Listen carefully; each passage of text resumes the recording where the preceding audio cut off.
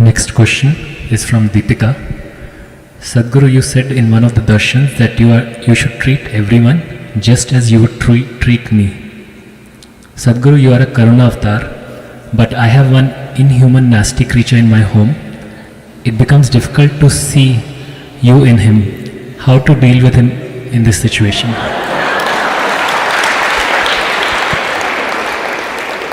In how many years of marriage does this evolution happen?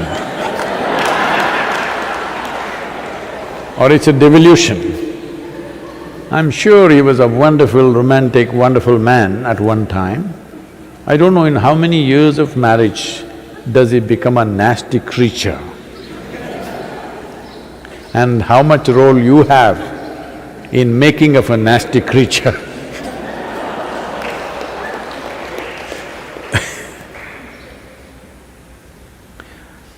See, especially if he is nasty creature, especially if it is so, this is your perception. But especially if somebody is a nasty creature in your home or in your office or wherever you are, you seeing something in a certain way is not about them, it's about you. Do you want to keep your eyes, your mind, your heart, your body pleasant or unpleasant? You make up your mind on that one.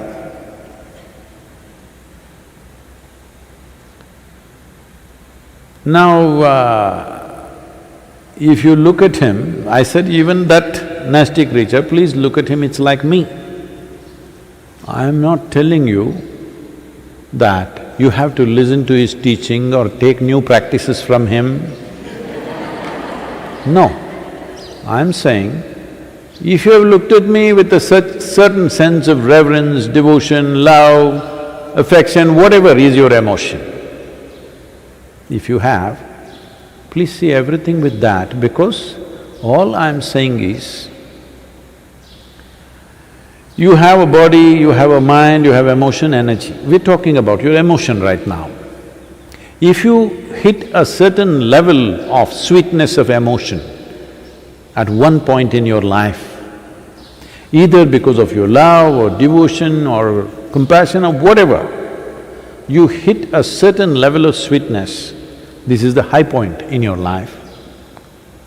Now you should not come back from that, you must see how to go beyond that. I am saying whatever was the highest or the sweetest or the most wonderful emotion you had, make that the baseline. Why are you coming back again? If you did not know such an emotion, then what would I tell you? Which is the sweetest emotion you had in your life? My child, okay, see everybody as your child. We've told you that at one time. Then I saw you sat here with tears of blissfulness and love coming out of you. Then I said, see everybody as you're looking at me right now, because this will make your eyes, your mind, your heart, your body and your very being sweet and wonderful. This is not about him. Especially if he is being difficult, then you are being well trained. Even if you go to hell, you will do well. Yes, because nobody has guaranteed you. Have I ever told you I will get you a ticket to heaven? I've been constantly threatening you, right here things will happen. So, you must understand this is about your transformation. The problem with you is, because you read what are those? You are not first of all straight with yourself. Your hormones are working up. Suddenly you look at somebody, wow, can't believe she's so beautiful, she's so fantastic, he's so handsome, he's so wonderful, everything he does, you're bullshitting yourself.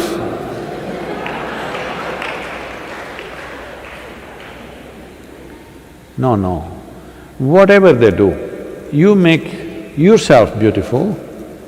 Now even if they're doing nasty things, you are still wonderful. This is different. You know they're doing nasty things. and you're still wonderful. This is fantastic. They are doing nasty things, but you think they are doing beautiful things. This is a stupid nonsense. I'll tell you. Somebody who was serving in Indian army had told me this story because we went through a similar situation somewhere else. So at that time he was narrating this.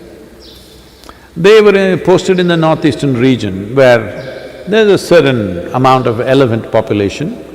So he is a battalion leader, he is heading about a group of 18 to 20 people, I think, they're marching in the forests. And they see a huge tusker, everybody backs off, all of them have weapons, okay, powerful weapons. This is an anti-insurgency group, that means they're fully armed and equipped. They can shoot down a tusker from 100 meters, 200 meters, whatever they want. But they all back off because that's not the reason why they are there. But he was telling me this because some situation happened like this with one South Indian person. So suddenly there was one Tamil man in the thing who was a sergeant, Havaldar. He put his weapons down and he said, "Ganapati has come, Ganesha, Ganesha." And he started chanting a mantra. He knew some Ganapati mantra, he started chanting. He ran in front and he went close to the elephant, just 50 feet away, and went down on his knees and started loudly saying the chant. The elephant looked at him, who is this bloody fool, you know? Calling him all kinds of names that he doesn't like.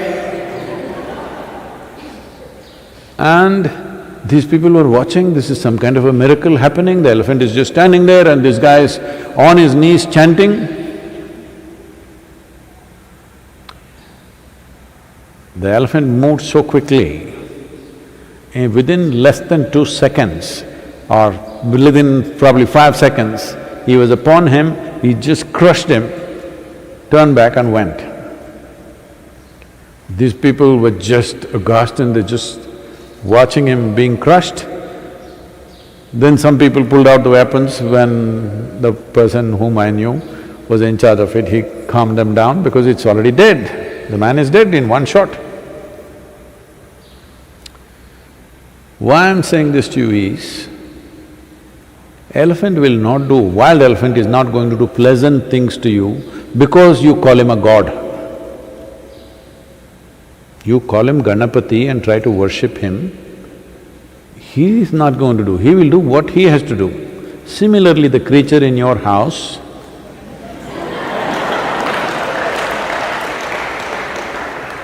he will do what he has to do, whatever is his characteristic.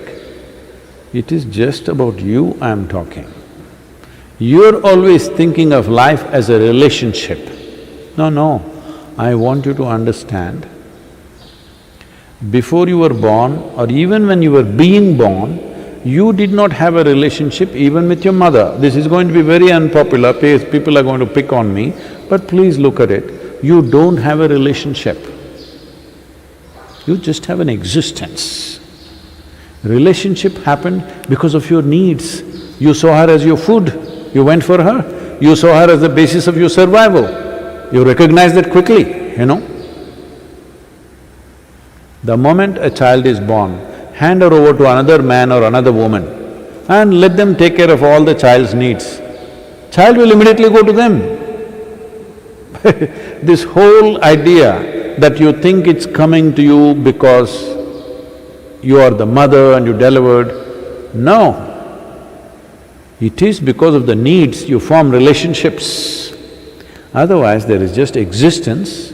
This existence can either become conscious and live in a phenomenal presence, become available to it, or just go on doing the circus. Initially, your mother was everything, she was the most fantastic creature, and then you grew up, you became an adolescent, you saw a boy, he was the most fantastic man in the world. Then your mother came in between, suddenly you started hating her. Hello? Then the man came, he was most beautiful, then he became a nasty creature, or so you thought. Now you think he is the worst human being. This goes on. I want you to understand, you're making up both beauty and nasty. I am not asking you to make up. I am not asking you to think whatever this person is doing is fantastic. That's a stupid way to exist. It's just that if you see everything, whatever is the peak experience you've had, make that the baseline. This is growth. You played the snake and the ladder game, swing, swing, you played that game? Snake and the ladder game. So when you play this game, your intent is once you climb a ladder, you don't want to come back. You don't want to hit a snake, you want to find another ladder, go up, that's a natural expression of life. So once you know a certain level of sweetness within you, don't bring it down. That should be the basis. The next thing should be better and better. So when I said, right now you are sitting here with tears of ecstasy and love like this with me, then I said, let this be the basis. Don't go down from this. See everything as this. At least let this much happen. If this is continuously happening, constantly happening, then of course you will hit another ladder. Just a little bit of time. Don't come down, that's all I said. And please don't describe him as a nasty creature. Poor man.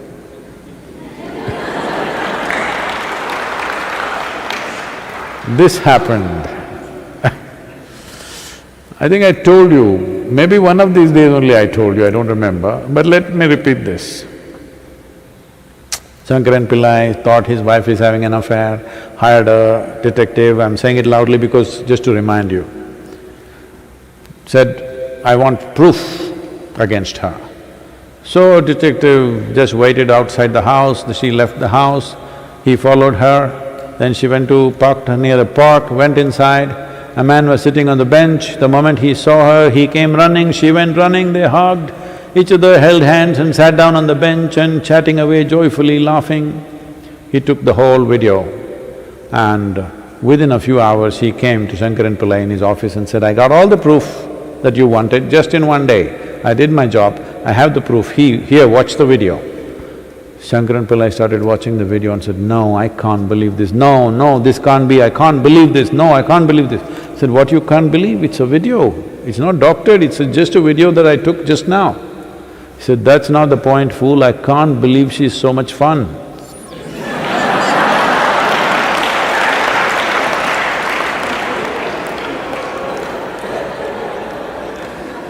So, after 15 days is over, when the man goes away somewhere, then you will see how much fun he was. Don't do this to yourself